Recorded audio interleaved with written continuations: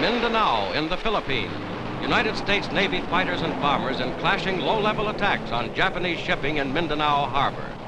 Clearing a fiery way for the liberation of the Philippines, 18 ships were sunk, 19 damaged in this raid alone.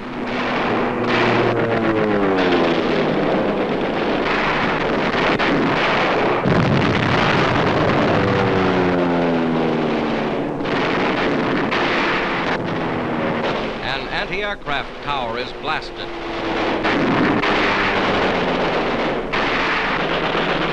Enemy planes are hit.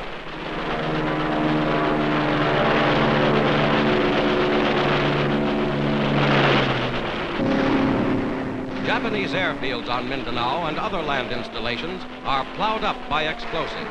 70 Japanese planes destroyed. An early taste of the full fury to be unleashed on the enemy in the Philippines.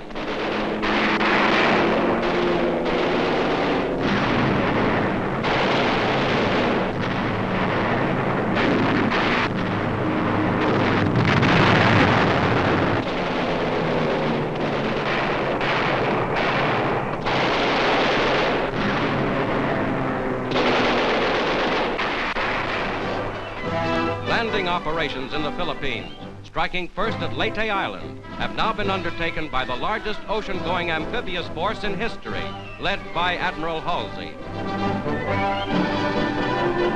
Here are General Jonathan Wainwright and some of his men who were captured in the Japanese invasion of the Philippines 2.5 years ago. They are still prisoners.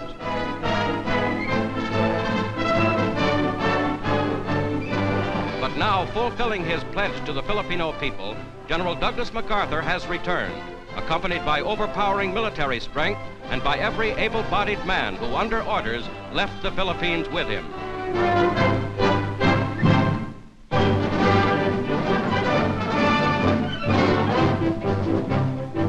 At an American Red Cross packing center, parcels of food for Allied prisoners of war in German camps are prepared in large quantities for shipment overseas. Each box contains biscuit, cheese, tinned meats, raisins, cigarettes, and other items, scientifically planned to fill out a healthful diet on the basis of enemy prisoner of war food rations for 1 week.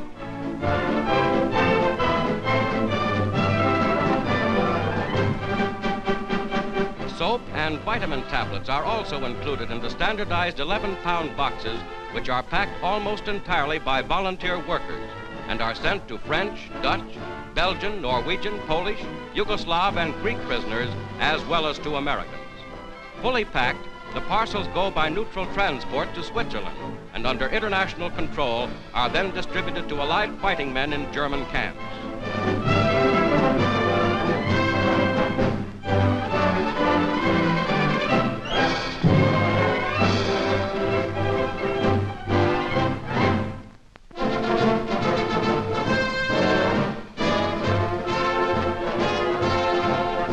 Military Academy of Montevideo, Uruguay, completes its 59th year, and President Juan Jose Amatziga arrives for formal ceremonies marking the anniversary.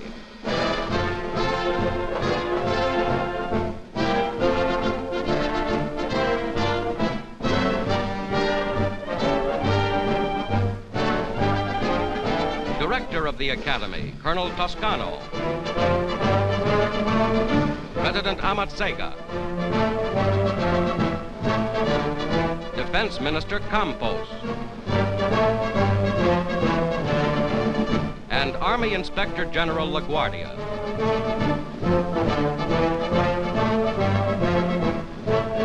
Top-ranking cadets are honored.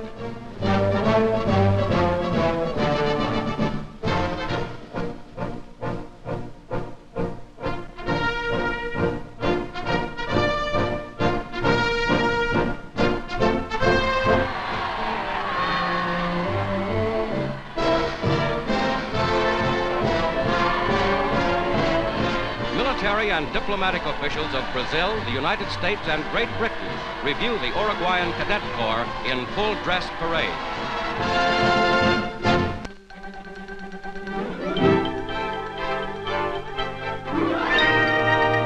A triumph of mathematical and mechanical skill is this great new automatic calculator at Harvard University. Intricate problems in mathematics, put through the machine in coded form on tape, are accurately solved in a minute fraction of the time required for human calculation.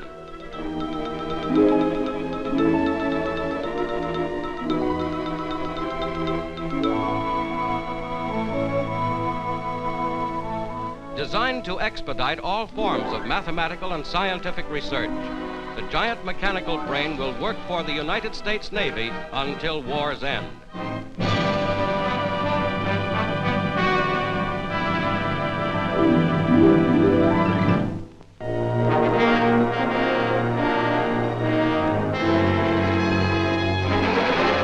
Mopping up the last pockets of Japanese resistance on Peleliu Island, United States Marines storm enemy pillboxes and concealed gun positions.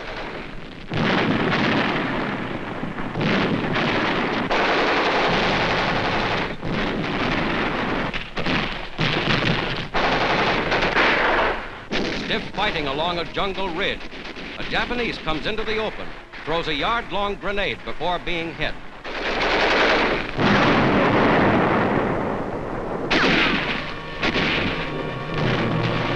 Gaining the heights, Marines attack enemy posts directly beneath them with bullets, hand grenades, and charges of explosives.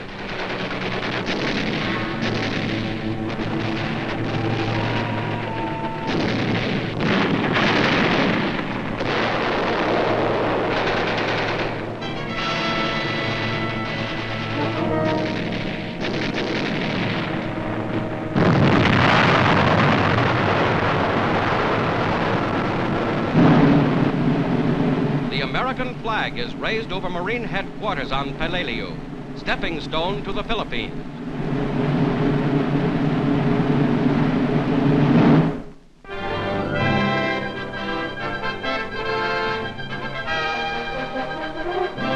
In Italy, across the Apennines at Mount Altuzza, come men and arms of the Fifth Army to smash the Nazis' highly fortified Gothic line. In conjunction with an Eighth Army thrust at its Adriatic end, American tanks and mortars now blast German hillside strongholds in the center.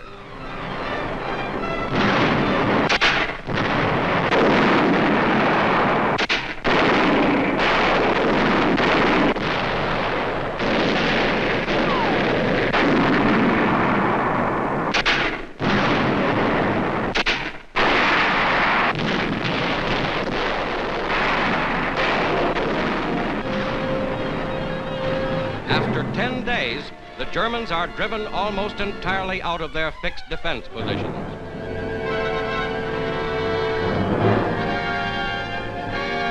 Tank traps, some over a mile long, cover the area. With the breaking of the Gothic line, the broad Po River Valley now lies ahead.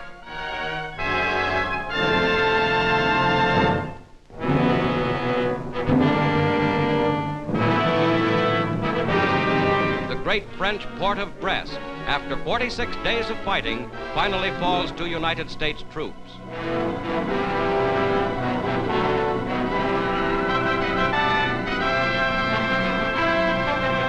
Surrender of the Nazi garrison is accepted by General Robertson, commanding the 2nd Infantry Division.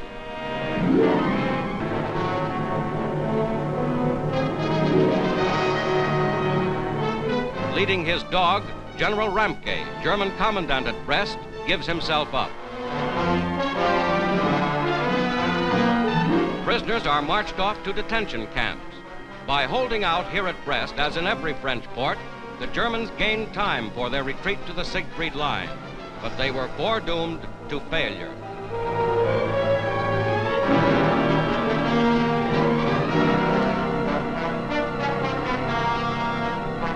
Brest was the home base of undersea fleets that once terrorized Atlantic shipping. Now these huge U-boat pens are lost to the Germans. The port of Brest, with the largest anchorage in Europe, was heavily damaged by the fury of battle.